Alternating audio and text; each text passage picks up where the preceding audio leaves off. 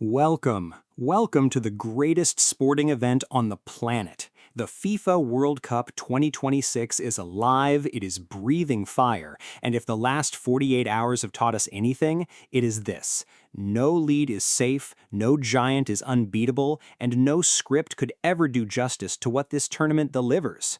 I'm your host, and for the next 14 minutes, we are going deep into the goals, the drama, the shock results, and the matches that are coming up tonight that could reshape entire groups in a single whistle.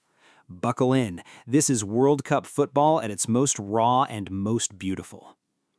Let's begin with the Dutch, because the Netherlands did not just beat Sweden, they sent a warning to every team left in this competition. 5 goals to 1. A performance that was part art, part destruction. From the opening whistle in their Group F clash, the Oranje were on the front foot. The 5th minute, goal. The stadium barely had time to settle, and the Netherlands were already ahead. Then the 17th minute arrived, and it was 2.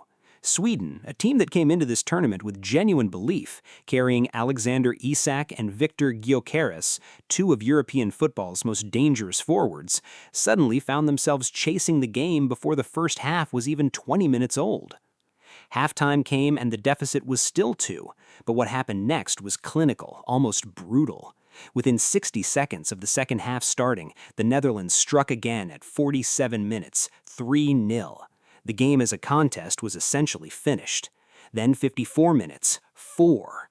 The Dutch machine just kept rolling, methodical, suffocating, relentless. Sweden did pull one back at 59 minutes, a moment of pride for the Scandinavians, but it was nothing more than a footnote. The 89th minute arrived and Netherlands made it 5. Final score, 5 goals to 1. The stats tell the full story. The Netherlands put 7 shots on target. Frankie de Jong was imperious at the base of midfield, recycling possession and breaking Swedish lines with his movement. Cody Gakpo was an absolute menace down the left, creating danger every single time he received the ball. And Daniel Malin, quick, direct, aggressive on the right, gave Sweden's left side an absolute nightmare of an evening. 3 yellow cards for Sweden told you everything about their frustration. They had more total shots than the Netherlands, 21-12, but when you're chasing a game, shots become desperate. The Dutch had the composure, the precision, and the execution. Netherlands now sit comfortably in Group F, but so does Japan, and Japan have been frightening. Japan 4, Tunisia 0. Let that sink in. 4 goals, 0 conceded. And they had the opener inside 4 minutes. 4 minutes! Tunisia barely had time to find their positions before they were behind. Japan pressed high, moved fast, and exposed every gap in the Tunisian defensive structure. Daichi Kamada was the engine in the middle, Keito Nakamura was everywhere, and Junya Ito made the right flank his personal property for 90 minutes. The second goal came at 31 minutes, clinical finishing, slick combination play, and at that point, Tunisia were already broken mentally. Into the second half, Japan continued to pour forward. 69 minutes, it was 3, and then the 83rd minute sealed it with a 4th. Japan registered 10 total shots, converting 5 on target, and conceded absolutely nothing.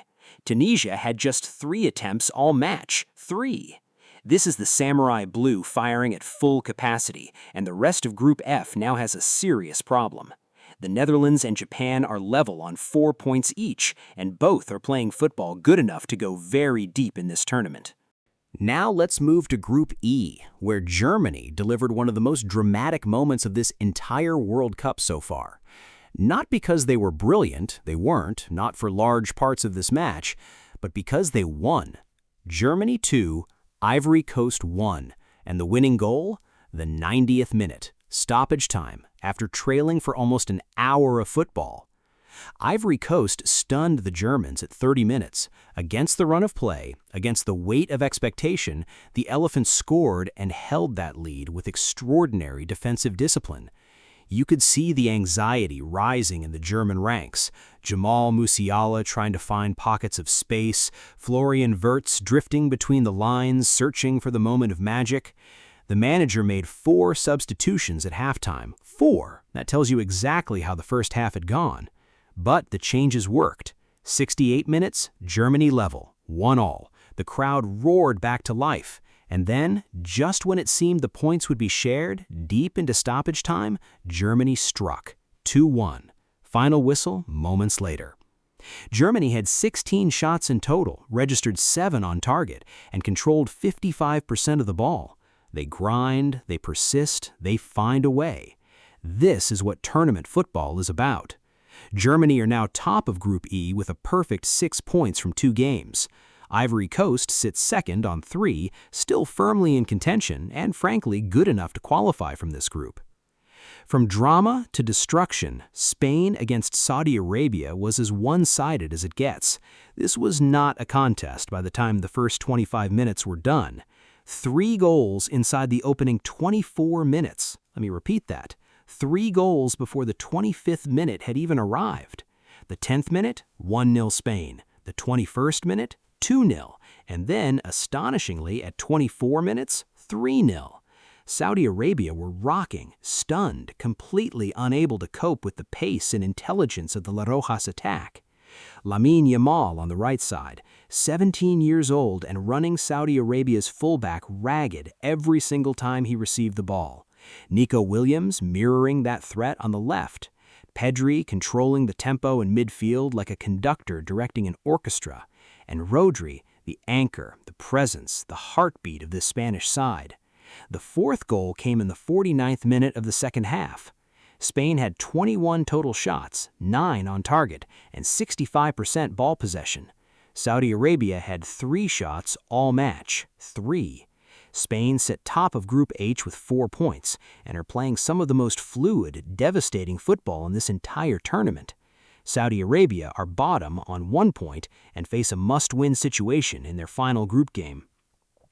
Now to Group G and the most emotionally charged story of this World Cup so far, Egypt and New Zealand. The All-Whites, playing their 2nd ever World Cup, came flying out of the blocks. 15 minutes in and New Zealand led. The bench was up, the supporters were in disbelief, and Egypt, with Mohamed Salah watching this unfold, needed to respond. And respond they did. Salah was involved in everything.